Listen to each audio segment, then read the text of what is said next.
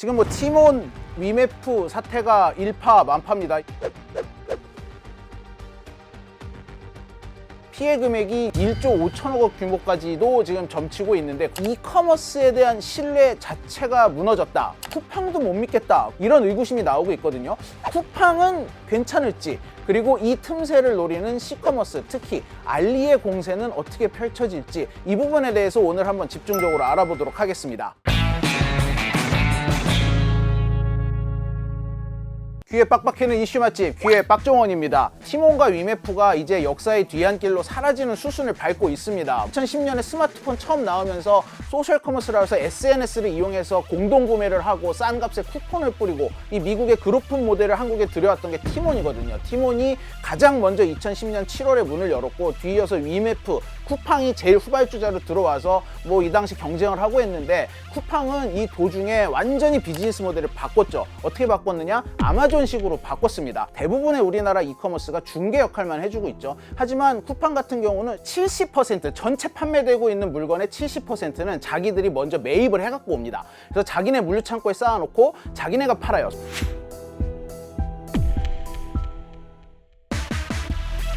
이러다 보니까 적용받는 법도 다릅니다. 지금 우리나라 대부분의 이커머스는 통신 판매 중개업자에 해당을 해요. 뭐냐? 중개만 해주는 거예요. 그런데 쿠팡 같은 경우는 이 쿠팡에서 판매되고 있는 물건 70%에 대해서는 통신 판매자로서의 법을 적용을 받습니다. 여기서 살짝 짚어가고 싶은 내용이 뭐냐? 이번에 이제 여행사 같은 경우가 좀 환불을 누가 해줘야 되는 책임이 있느냐에 대한 이 문제가 좀 초반에 불거졌었습니다. 여행사는 상품 진행 취소 또는 재결제를 통보했는데 환불도 받지 못했습니다. 리프도 아니고 뭐 409만 원인가? 결제가 아닌 건데 너무 황당한 거예요 지금. 티몬은 중간에서 중개만 해준 겁니다. 만날 수 있는 장만 열어준 거예요. 이러다 보니까 티몬에게는 사실상 어떻게 보면 좀 말이 안 되는데 이걸 환불해줄 의무가 없습니다. 환불의 책임은 이 물건을 직접 판매한 티몬의 입주해 있던 셀러들에게 있는 겁니다. 하지만 지금 어떤 상황이죠? 셀러들도 전부 망해가지고 이 티몬보다 먼저 파산을 하고 있는 상황이에요. 이러다 보니까 지금 판매자도 소비자도 모두가 엄청난 손해를 보고 있고, 반면 쿠팡은 말씀드렸듯이 로켓 배송으로 받아보고 있는 그 물건들은 통신 판매업을 하고 있는 물건입니다. 이러다 보니까 그럴 일은 없겠지만, 그리고 그런 일이 있어서는 안 되겠지만, 쿠팡이 티몬이나 위메프 같은 위기를 맞이한다라고 가정을 했을 때 우리는 당당하게 쿠팡에게 환불을 요청할 수가 있습니다. 하지만 그럼에도 불구하고 이 쿠팡에 대한 불신의 그림자가 드리우고 있습니다. 쿠팡의 지급기일도 티몬과 위메프 못지않게 너무 느리다, 그리고 심지어 이게 점점 더 느려지고 있다라는 셀러들의 불만이 이번 티메프 사태를 통해서 불거져 나오기 시작을 한 거예요. 쿠팡이 직매입을 하면은 외상으로 뛰어와요. 외상으로 뛰어와서 판매를 한 다음에 지금 한 60일 정도가 지난 후에 이 외상 대금을 지급을 하고 있어요.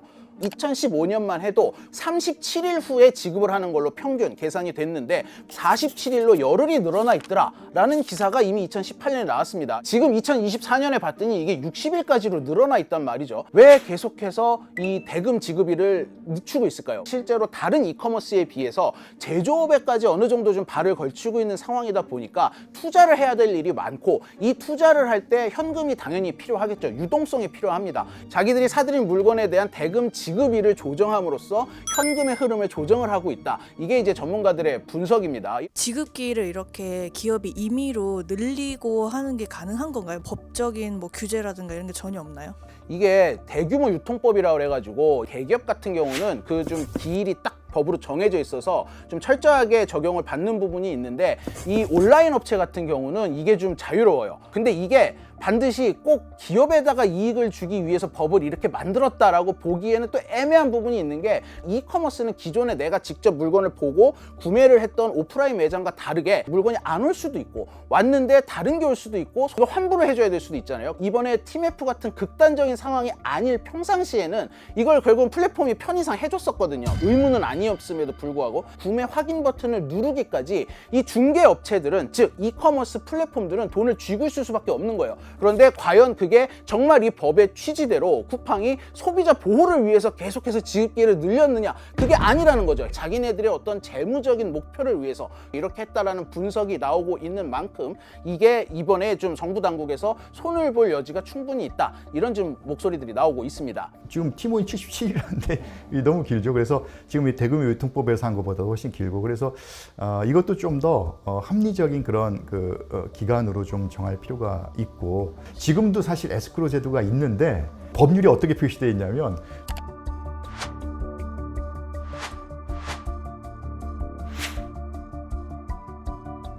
아니 소비자 그걸 원해야만 그걸 해야 되나요?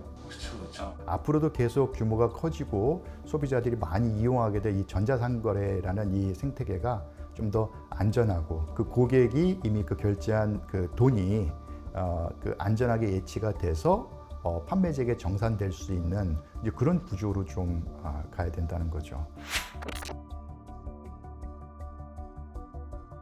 쿠팡의 부채 비율이 400%예요. 우리나라 30대 기업 중에 가장 많은 걸로 두 번째예요. 자, 부채도 이렇게 많아? 그리고 지급기일도 늦어져? 이거 쿠팡도 망하는 거 아니야? 이런 지금 의심을 할 수가 있는데 그렇진 않을 거라고 합니다. 자, 왜 그러느냐? 구영배 대표가 실제로 국회에 나와서 자기 입으로 인정을 했죠. 정산해줘야 될 대금 중에서 일부를 가지고 위씨 인수대금으로 사용했고 그 돈은 나머지로 충당했다 이 말이죠.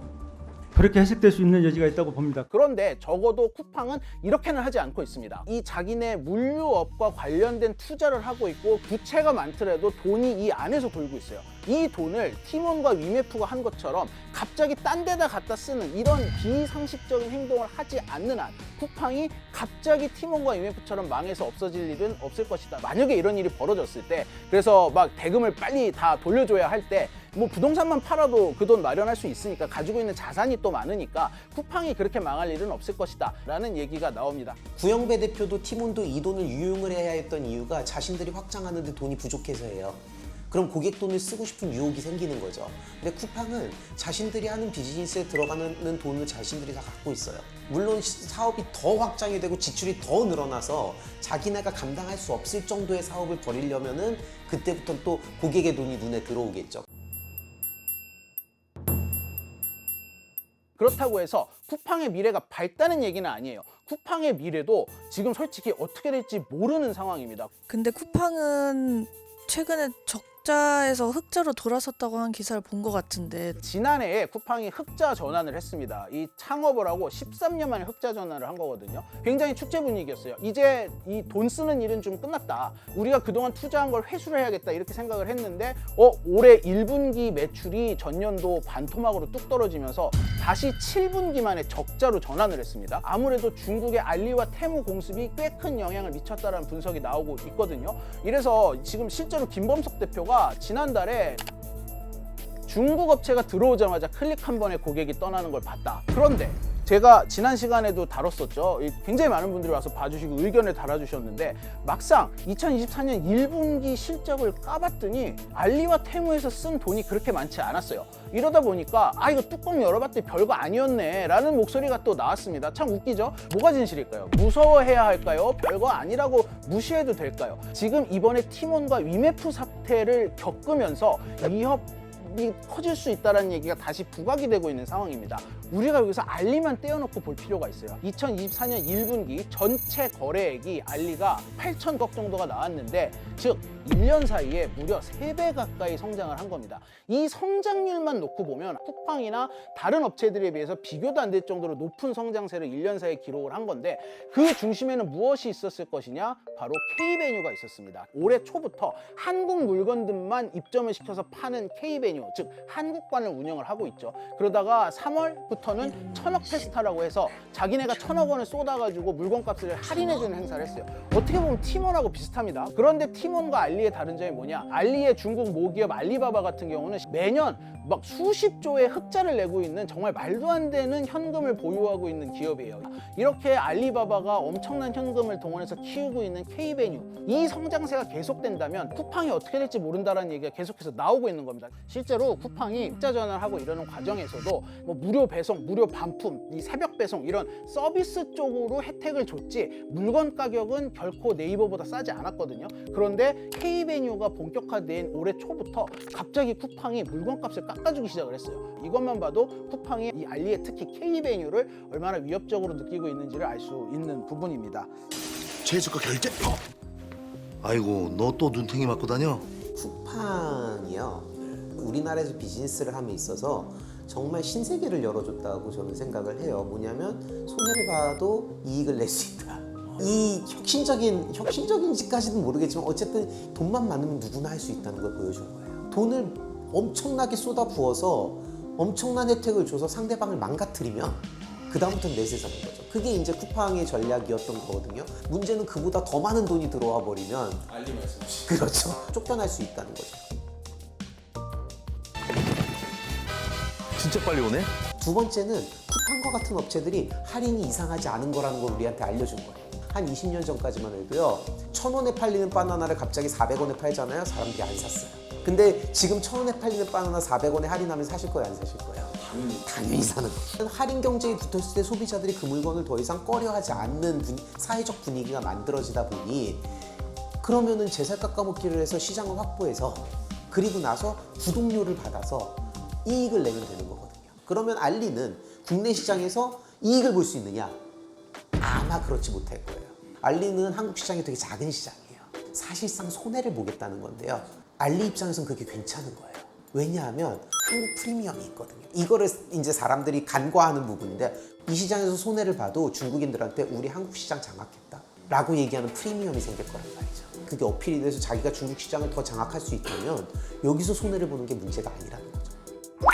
자, 이러다 보니까 티몬과 위메프가 무너진 이 자리, 티몬과 위메프와 인터파크 커머스와 AK몰 이 4개 몰이 지금 같이 들어가 있죠. 이게 시장 점유율이 전체로 한 10% 정도 됩니다. 이 자리를 누가 차지할 것이냐를 놓고 굉장히 말이 많습니다. 일단 자, 셀러들은 기본적으로 지금 우리나라 국내 이커머스에 대한 불만이 굉장히 높은 상태입니다. 이 불만에 불신이 얹어져 있는 상황이에요. 쿠팡도 믿지 못하는 상황입니다. 그런데 지금 가장 문제가 되고 있는 거, 지급기, 이거를 알리는 보름마다 정산을 해주니까 이번에 이게 굉장히 지금 각광을 받고 있습니다. 수수료 제로 정책, 뭐 광고비 안 받는 정책, 이것 때문에 이미 지난 분기에도 알리에 입점을 하고 싶어하는 한국의 셀러들이 10,000명이 넘게 대기를 하고 있고 이걸 다 소화를 하지 못해가지고 개인 셀러들은 이제 더 이상 받지 않고 법인 셀러들만 받겠다라고 알리가 지금 이 정책을 세우는 상황이거든요. 그런가 하면 이 쿠팡이 직접 중국으로 들어갔습니다. 중국으로 들어가서 알리와 테무가 하는 중국 직구를 자기네가 직접 하겠다라는 거예요. 지금 우리나라의 판매 대금 지급 기일이 점점 늦어진다는 불만이 나오고 있잖아요. 근데 중국에서는 대부분의 이 판매 대금 지급을 한 달을 넘기지 않는다고 합니다. 쿠팡이 이 우리나라 판매자들에게 굉장히 큰 배신감을 주고 있다는 거예요. 근데 지금 이 10%라는 엄청난 규모를 차지하고 있던 이 시장이 확 꺼지면서 이 셀러들이 어디로 갈 것이냐? 쿠팡으로 가겠습니까?